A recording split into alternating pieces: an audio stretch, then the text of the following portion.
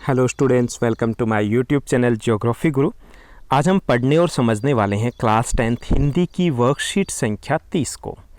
आज की वर्कशीट है बेहद आसान है। आज की वर्कशीट में हम समझने वाले हैं, थोड़ा और समझेंगे अनौपचारिक पत्र लेखन कैसे किया जाता है।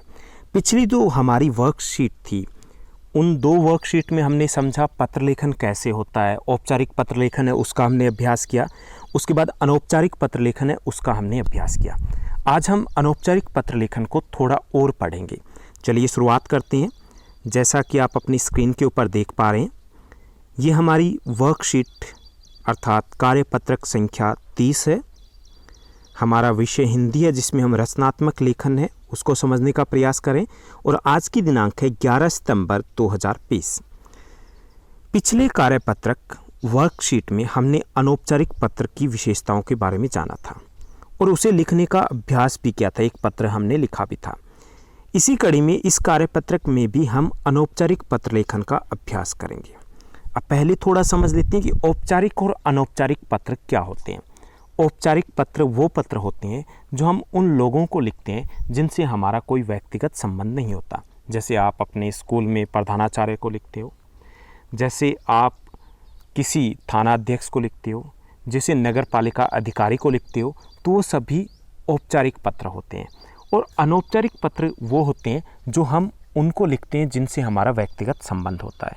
आप अपने नाना को, अपनी नानी को, अपनी मासी को, अपनी खाला को, अपनी बुआ को, अपने फूफा को, मामा को, अपने दोस्त को जो भी पत्र लिखते हो वो सभी अनौपचारिक पत्र हैं।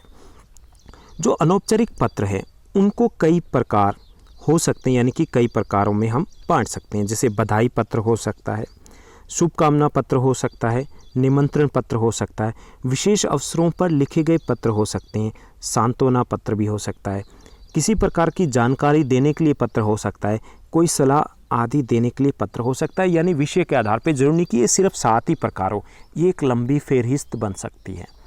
तो उसी जैसा विषय उसी आधार पर इन पत्रों को बांटा जा सकता है। हालांकि इनको अलग अलग प्रकार में विभाजित करने का कोई औचित्य नहीं है, तो आपको याद बिल्कुल भी नहीं रखना है। सिर्फ इतना समझना कि अनौपचारिक पत्र होते हैं। अनौपचारिक पत्र जो होते हैं उनको लिखते समय हमें कई विशेष बातों का ध्यान रखना होता है। तो कौन कौन सी बातों को ध्यान रखना है ये हम दोबारा से एक बार दोहराई कर लेते हैं। पिछली वर्कशीट में भी हमने समझा था। पहला, भाषा सरल और स्पष्ट होनी चाहिए। सरल भाषा का उपयोग करते हैं हम, ऐसी क्लिष्ट भाषा का उपयोग नहीं करते जैसे कि हम औपचारिक पत्र में करते हैं।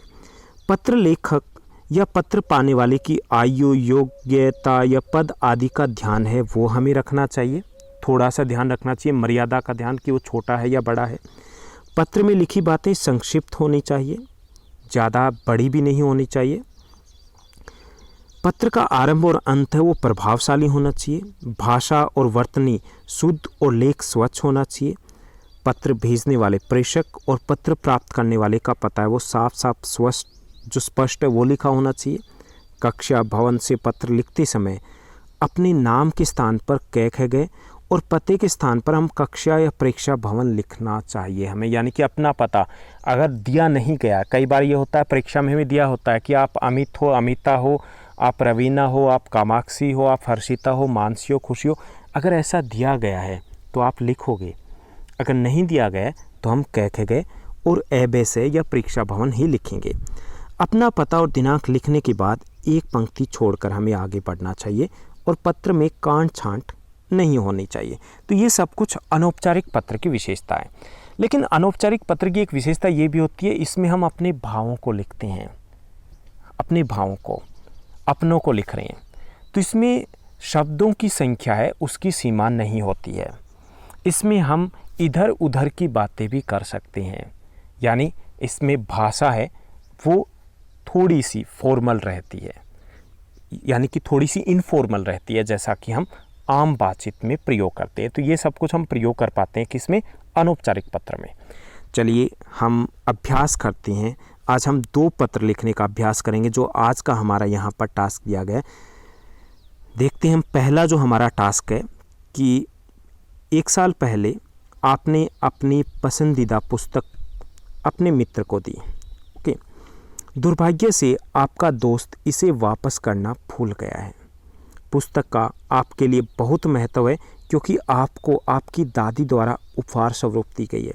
अपने दोस्त को, अपने मित्र को उस पुस्तक को वापस करने के लिए एक पत्र लिखिए।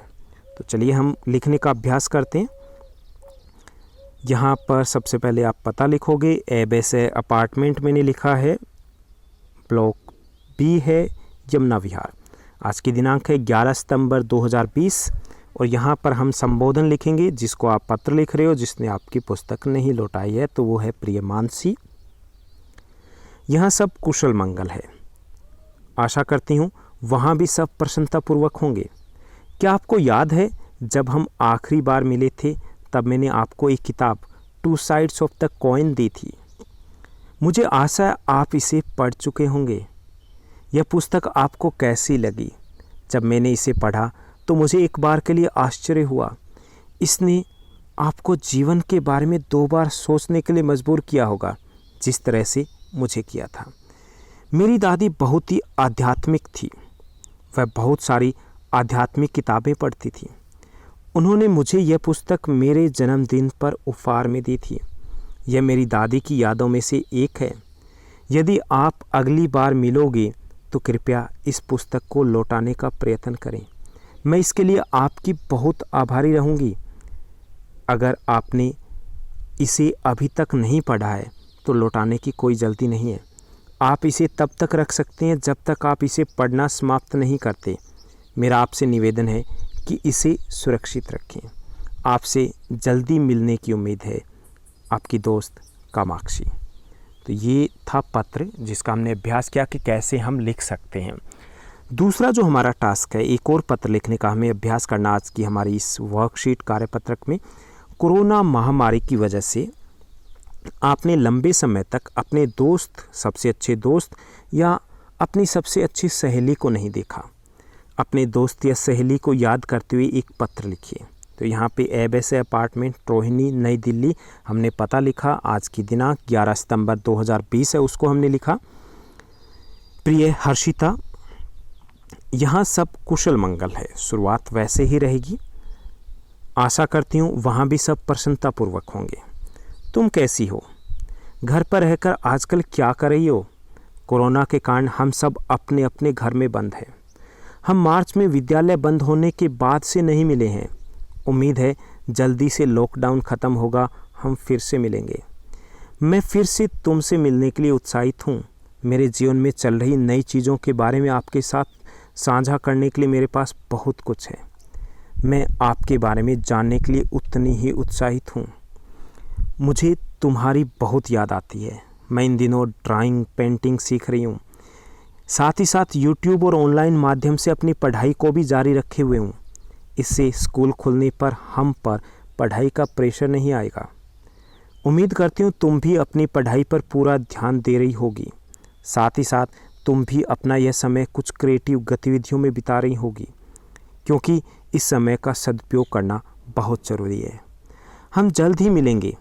तुम जवाबी पत्र में लिखना कि तुम इन दिनों क्या क्या गतिविधि कर रही हो, क्या क्या सीख रही हो। अपने घर पर बिताए समय का अनुभव साझा करना। मैं उत्सुकता से तुम्हारे पत्र का इंतज़ार कर रही हूँ। तुम्हारी दोस्त खुशी। तो ये पत्र था। तो हमने दोनों पत्रों का, जो अनौपचारिक पत्र थे, उनका अभ्यास किया। उम्मीद करता हूँ आज की वर्कशीट आपको आसान लगी होगी, अच्छे समझ में आई होगी। Thank you, bye bye, have a nice day.